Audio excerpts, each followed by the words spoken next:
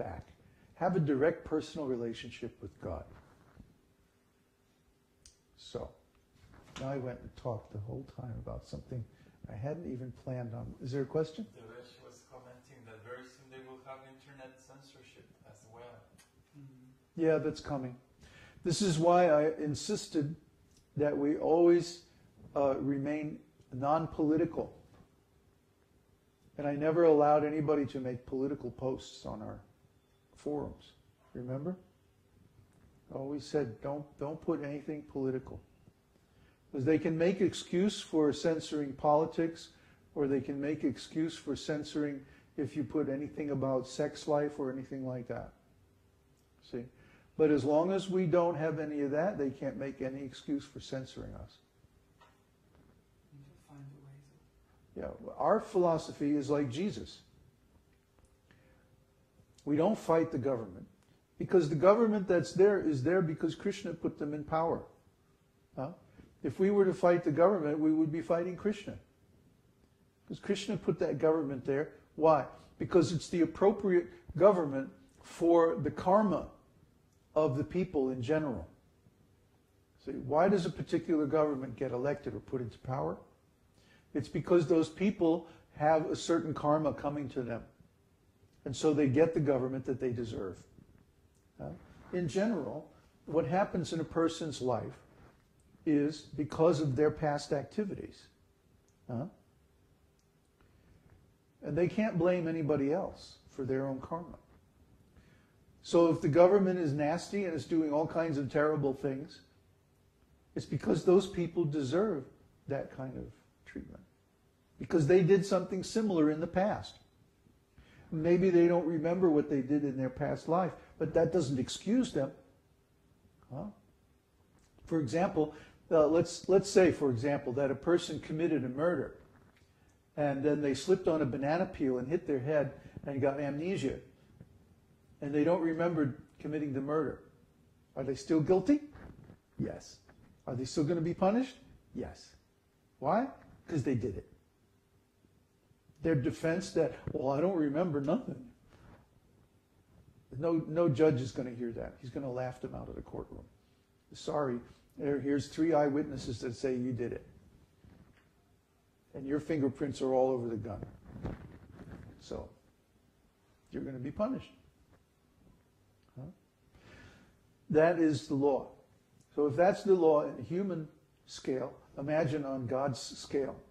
He can remember what we did for all eternity. So whatever situation that God sets up by His law is perfectly appropriate, is perfectly right. We can't blame anybody else when things go wrong, or when things go right, we can't take credit for it ourselves. We can only say, well, this is the mercy of God based on our previous activities, good or bad. And when these things happen, we have to take responsibility and say, oh, this is because of what I did. It's not because somebody else did it. I mean, there are a lot of people, even though there are repressive governments and things like that, whose lives are going along perfectly fine. Why? Because of their previous pious activities, their previous auspicious actions. So, the point here is, it's not good for devotees to get involved politically, even to have political opinions. You know? I mean, personally, it doesn't matter to us, because God is directly in charge of our activities. God is directly managing His devotees. He's present everywhere. He's in everything. So He determines what happens to every one of us. We're directly under His guidance. So when something happens to a devotee, it's because Krishna wants him to experience that thing. It has something to do with his spiritual growth or his karma or something like that. It's hard to know. It's hard to know because we aren't that person and we can't see really what they're thinking and feeling. But we can understand if Krishna treats them a certain way, they must deserve that. So anyway, we don't get involved in politics and we don't have political opinions Because our opinion is that whatever leaders are in charge, this is arranged by Krishna because of the karma of the people in general. And that if Krishna wants, people in general may be suffering, but the devotees can be free from that suffering. They don't have to be caught up in it. Are there any other questions? What time is it? 1 o'clock. Okay, we have time. I'm going to talk more about bhavas, especially Vyabhicari-bhavas. Now, we went over this the other day. What are the 5 kinds of bhavas?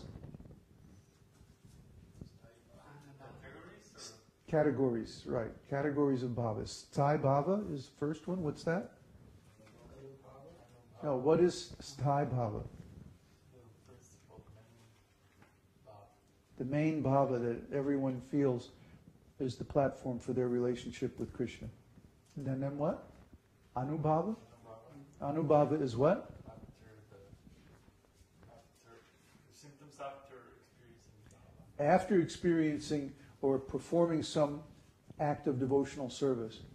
Anubhavas come after that as the reaction to that. And what else? What other categories? Vibhava. And vibhava is what? The instantaneous transcendental emotion. Right. Instantaneous, he said. Yeah. Yeah. That means the particular mood that one is feeling at any moment. Which doesn't necessarily arise from some other cause, but it's his direct emotion in relationship with Krishna. Okay, what else?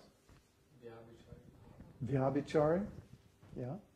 As we move closer to Krishna, we go through different transcendental emotions, Mm-hmm. and these are called Vyabhicari or Sañcāri-bhavas. Right. I was going to be my next question. What's the other name for? Okay, and one more. Sattvika-bhavas. Sattvika-bhavas. And what are they? When some transcendental emotion overflows, then that's called Sattvika-bhava. Ecstatic symptoms, in other words. That's spontaneous. Yes, those are spontaneous. Whereas vibhava is something that we do. We choose to feel a certain way. Okay, so we're going through the Vyabhicari-bhavas, and last time, 2 weeks ago, we left off with Unmada. So the next one is Apasmṛti. Apasmṛti means confusion or absence of mind. Smriti means what? Remembering. Comes from the verbal root smara. Smara. Yeah. Yeah. No, smara. Smara is remembering. Huh? Shravanam, Kirtanam, Vishnu, Smaranam, Padasevanam, etc. So, Smarana, see, in certain declensions of Sanskrit, the possessive form is formed by lengthening the first vowel. So if the root, the verbal root is smir, smr, S-M-R with a dot under it, smar will be the noun formed from the possessive of that. One who has remembrance is smaranam. Okay? So smriti is remembering itself, the verbal root of remembering. So when one loses their memory, they become apasmṛti. Apasmṛti means one who loses the memory. The bewilderment of the heart occurring due to an imbalance of the elements of the body arising from some great distress is called apasmṛti. In apasmṛti there are symptoms such as falling to the ground, running about, delusion, trembling, foaming of the mouth, throwing up the hands and legs, and loud shouting. Can anybody come up with an example from Krishna's pastimes Apasmṛti. How about when Krishna was in the coils of the Kaliya serpent? Yeah, Nanda and Yashoda fell down on the ground, especially Mother Yashoda fell down on the ground, was rolling around on the ground. She was like incoherent. See, from great distress.